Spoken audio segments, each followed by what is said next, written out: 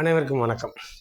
நேற்று காசி தமிழ் சங்கத்தில் கலந்துக்கிட்ட மத்திய அமைச்சர் தர்மேந்திர பிரதான் அவர்கள் இந்த கல்விக் கொள்கை, தேசிய கல்விக் கொள்கையை ஏற்றுக்கொள்ளாத தமிழக அரசுக்கு மத்திய அரசு ஒதுக்க வேண்டிய நிதியை தர முடியாது அப்படின்னு சொல்லி சொன்னதாகவும், அதை இவங்க பூதாகாரமாக்கி தமிழகத்தை வஞ்சிக்குது, இது இன்னொரு மொழிப்போரை திணிக்குது தமிழகத்தின் மேலே, தமிழகத்தினோட வரலாறு தெரியலவங்க, மொழிக்கு இந்த மக்கள் எவ்வளோ முக்கியத்துவம் கொடுப்பாங்கன்னு தெரியல அப்படின்னு சொல்லிட்டு எப்பயும் போல் பல பீலாக்களை அள்ளி விட்டுருக்கிறாங்க இந்த திராவிட அரசு.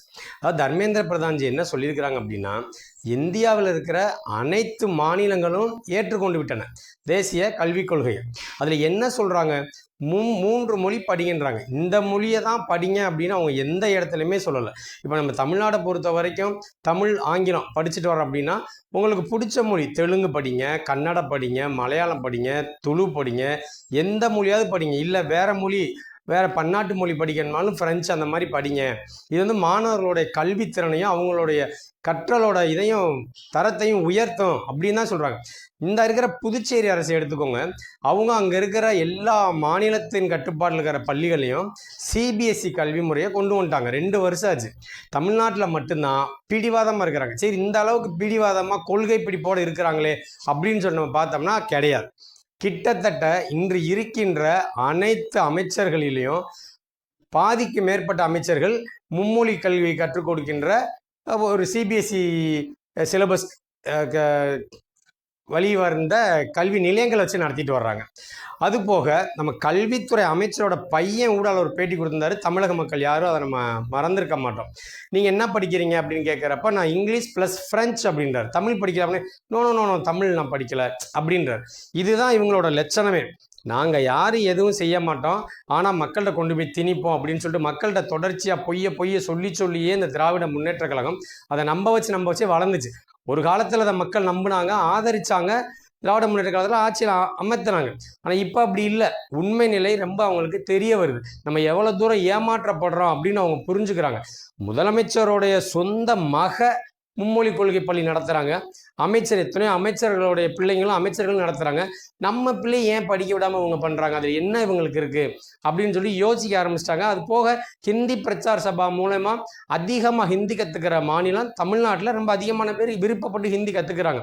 இந்த நிலைமையில் ஒரு கிராமப்புறத்தில் இருக்கிற மாணவர்கள் ஹிந்தி கற்றுக்கிறன்னு ஆசைப்பட்டாங்கன்னா, அவங்க நகர்ப்புறத்தில் இந்த ஹிந்தி சொல்லிக் கொடுக்குற டியூஷன் படிக்க முடியுமா? அதே இது அரசு பள்ளியிலேயே ஹிந்தி மொழி எடுத்தாங்கன்னா அந்த பையன் எளிதாக படித்தர முடியும். இவ்வளோ ஏங்க, இந்த முரசொலி மாறன் மறைந்தப்ப தயாநிதி மாறன் 36 வயசோ எவ்வளோ தான், சின்ன வயசுலேயே அவரை மத்திய அமைச்சராக்குறாரு கருணாநிதி. அப்போ கருணாநிதி மத்திய அமைச்சராக்கும் போது பேப்பருக்காரவங்க மித்த கட்சிக்காரங்களாம் விமர்சனம் பண்ணுறாங்க, என்ன இவ்வளோ சின்ன பையன் நீங்கள் ஆக்குறீங்க. அப்போ கருணாநிதி சொன்ன ஸ்டேட்மெண்ட் என்னன்னு கேட்டிங்கன்னா, தயாநிதி மாறனுக்கு தமிழ் தெரியும், ஆங்கிலம் தெரியும், ஹிந்தி தெரியும், அதனால் மத்திய அரசுக்கு ஒரு தொடர்பு பாலமாக மாநில அரசோட இருப்பார் அப்படின்னு. அப்போ அவர் அந்த அளவுக்கு அந்த மொழி முக்கியம் அப்படின்னு நினச்சி அவர் வீட்டில் ஒருத்தரை படிக்க வச்சிருக்கிறாரு. எங்கள் வீட்டில் ஒரு பிள்ளை படித்தா என்னங்க தப்பு?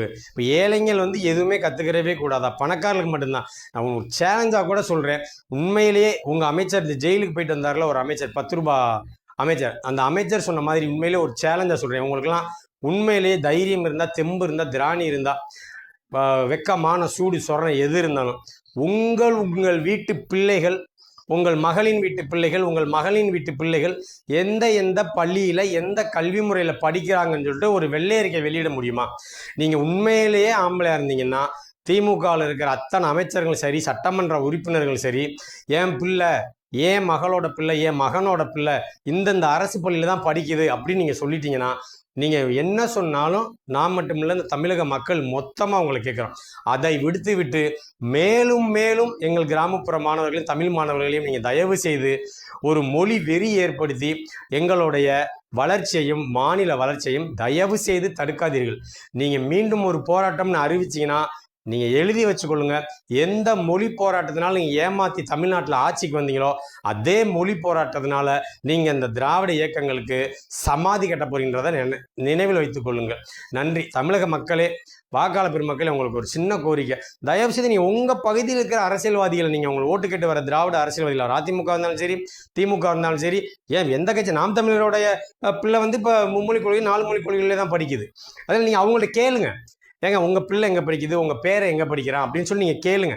கேட்டுட்டு இப்போ என் பிள்ளை மட்டும் இந்த பள்ளிக்கூடத்தில் படிக்கணுமா, ஒரு சுற்றுச்சுவர் கூட இல்லாத, ஒரு ஒழுங்கான கழிப்பிட வசதி இல்லாத இந்த பள்ளியில் படிக்கணும், நீங்கள் ஃபுல்லாமே மும்மொழி கொள்கை 4 மொழி கொள்கைன்னு சொல்லி படிக்கலாம், என்னங்க இது நியாயம் அப்படின்னு சொல்லிட்டு கேளுங்க. நன்றி, வணக்கம்.